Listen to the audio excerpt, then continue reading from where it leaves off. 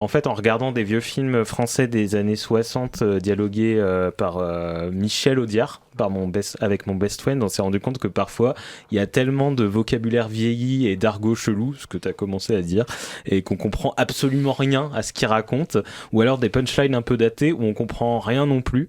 Du coup, je vous propose qu'on reproduise une scène ensemble comme dans ces films, et je vous ai donné des textes, du coup, et vous dites les répliques, et le scénar, c'est qu'en gros, quelqu'un a volé l'argent de l'émission. Donc il y a un sens quand même.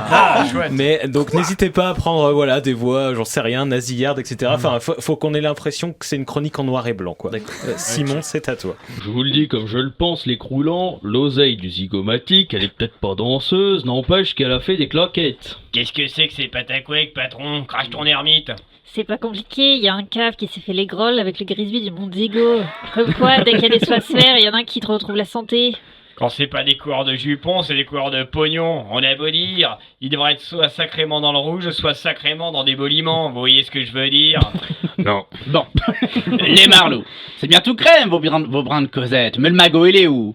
Vous me connaissez, moi les pipelettes, c'est comme les cafetières sans filtre, le temps que ça fume et que ça glougloute, c'est bien la Saint-Barthélemy. Je vais vous dire une bonne chose. Votre embrouille, ça sent tellement le sapin que j'ai la sensation de me farcir la forêt de Brocéliande. Écoute-moi bien, l'emplumé. Dans le domaine de l'enfumerie, il y a que deux façons de passer à la ligne douce. La magie ou le hasard. Pas de bol, je crois à aucune de ces deux. Là, je sens plutôt la paluche d'un coupe-bourse qui avait le lignard plus gros que le buffet d'un banquier de notaire et la conscience aussi légère qu'un ticket de... Oui, bon, il y a quand même un détail qui me chatouille l'eustache.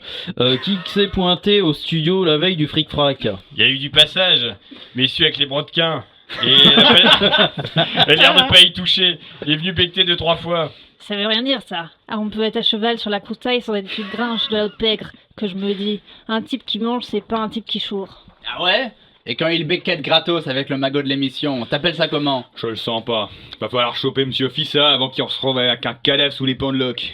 S'il est pas déjà sur un ratio direction la Côte d'Az avec nos bifetons. Je crois qu'on se trompe de zouave, les génies. Faut pas être sorti de Saint-Cyr pour piger que notre truand, c'est pas un colonel moutarde, c'est une madame pervenche. Et que sa clé anglaise, c'est une console de mixage.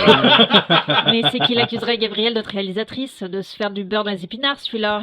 J'ai rien à accuser, je sais que c'est elle. Je l'ai vu repartir avec le mazout quand je l'ai croisé boulevard des Batignolles. Elle a tout pris alors qu'elle est bourrée aux as. La cuillère dans le bec, la bourge. Là, y a comme de la relance au fond du port. Ça empêche de la balancer sur le feu vif sans parler de poucave du coin, il y aurait quand même comme un cousinage. En attendant, vous parlez d'une sainte nitouche, on va lui payer un aller simple pour la zonzon. À la poigne des poulets, je veux la voir.